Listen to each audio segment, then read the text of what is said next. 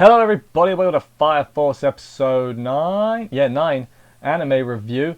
This week we had, I guess it was like the resolution of this arc. I feel like the arcs are going really quickly, especially for a shonen, which is odd because usually shonen arcs take about a decade to get through. So yeah, the fact that we're going, well, what are we on, the third arc? We had the intro arc, the Hibana arc, now we have this, I guess the Rekka arc. Yeah, we're going through very, very quickly. But yeah, this episode, I really enjoyed the fights. And I enjoyed the fact that Shinra's got a goal now. I enjoyed a lot of stuff, but there was some stuff that made me annoyed. And you probably know the bits that made me annoyed. It's the thing that would probably make anyone annoyed. Well, I guess, let's start from the beginning, and when we get to it, and I think it's pretty early, I'll bring it up and I'll be like, this is stupid. But yeah, let's do this thing. Episode begins with Tamaki flashing back memories of Rekka being cool and her being all like, oh, blushy blushy and all that. Great. Shinra saves her, remember? But Rekka gets back up with a punch, and then they start having a proper fight. It's pretty good. I like that they're evenly matched, even though they shouldn't be evenly matched, really. The fact that, I mean, Shinra wins by being smart, so I guess it's not like he overpowers him. That was good.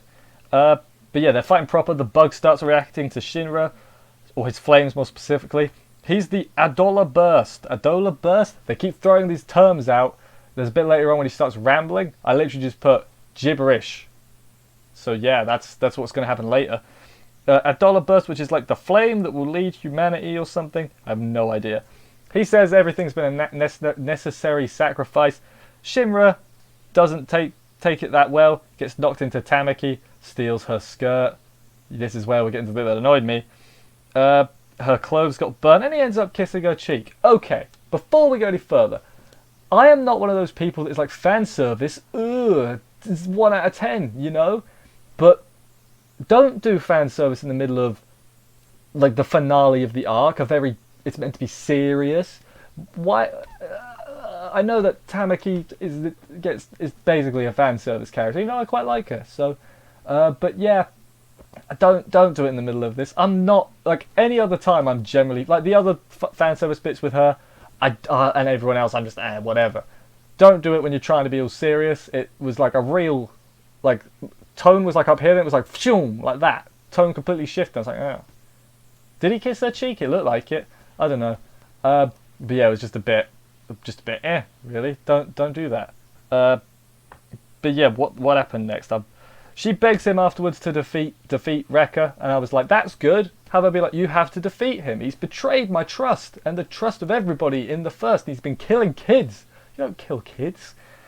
Shinra uses his legs and his mobility to bounce around and defeats Rekka with a big flying axe kick. It was cool. It was like his head was here and he went like whachomph into the ground. It was a cool move and he was like bouncing around. It was good. The fight, Fire Force gets me when it's doing the fighting. The fighting looks good. Everything else looks a bit meh. But the fighting, that looks good.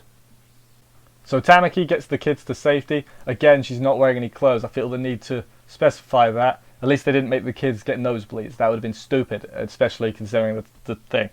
Shinra's overheated, basically. He's all puffing for air and that. Rekka gets back up and starts spouting some gibberish about turning the world into a second sun. I blanked completely. I was like, it sounded like cult speak or like preachers, and I don't care. I don't care about your opinions and your religious views, mate. I'm sorry, but what the hell happens next? Shinra at some point during this thinks, oh wait, they probably took my brother, the bad guys. I'm probably going to fight him at some point. That's not good. Rekka starts burning himself, but Karim stops him with ice. But then someone snipes Rekka and kills him while he's in the ice. And then they try and snipe the others too. One guy loses an arm. I didn't know who that guy was. Cool though, he could get a robot arm now. Shinra makes a smoke screen and then spots them, and Tamaki sends a thing, but doing it frozen because it's just telling them, we could hit you if we wanted to. But then as they take the warning very wisely and run away because they don't want to get into a fight with, how many are there? 4, 5? I can't count. 1, 2, 3. At least 4. Yeah, 4 and then Arthur's somewhere. More on him later. But yeah, so there's a bad organization, and Matey Boy's been silenced, so we won't tell them anymore. So good luck discovering things, my friends. Tamaki gets a jacket to put on, so you get some clothes. Isn't that nice to be clothed? Uh, Kareem there also tells Shinra, I'm going after the evangelist too, so let's work together. They do a handshake and everything. He's a trusted person now. And then that was the end of the episode. At this point I was like, these bloody credits are early, aren't they? There was a post-credits scene, obviously. So, back in Company 8, Arthur got lost, so he's not there. Who knows where he is? He had to put out a missing person thing, or, you know, they're trying to find him. He's not there, though. He's back home and everything's great. Tamaki's there for some reason. It's because she got suspended from the first, so I guess she's there with the 8th, I guess under the guise of filling out the report, but actually she's gonna work with them, I assume. And then Shinra asks for her number, and everyone's like, what? And she, like, acts freaked out, but then she's like, I guess I can do that. I'll do that, it's fine. But then he's like, cool, I need to get it for that guy, because I promised I would. And she gets all annoyed and then falls on him, because, haha. So, she, like, probably officially likes him now, because, is she the first one? Is there another one that, like, Hibana? I always forget if she exists. I'm going to guess this is going to be a theme. Shinra saving girls, and then them wanting his PP.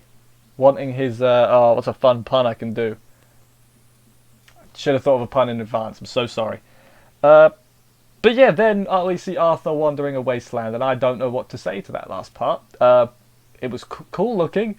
I think it was mostly in his head. I think he was probably just walking down the street. But yeah, I don't know what arc we're going to do next. We're going to probably investigate another number, maybe. Or we could actually get back to some more Infernal fighting. Honestly, I think I'd quite like to take an episode just to chill, to reset. Sort of like maybe not a slice of life thing, but just a normal day on the job fighting Infernals, not let's go and attack another company. I do like that because it makes the plot more interesting, but you do need some slower episodes, some character episodes, I guess I'll call them. Maybe, I don't know. Who don't we know a lot about in the 8th? Most of them, actually. Captain? Maybe the captain might be a good shout. Do something with him. But anyway, that was the end of the episode. Thank you everybody for watching. I hope you enjoyed this review. Leave comments and stuff and tell me what you thought. It's always good to see and read and all that. I read everything, so I will see you next week. And bye, guys.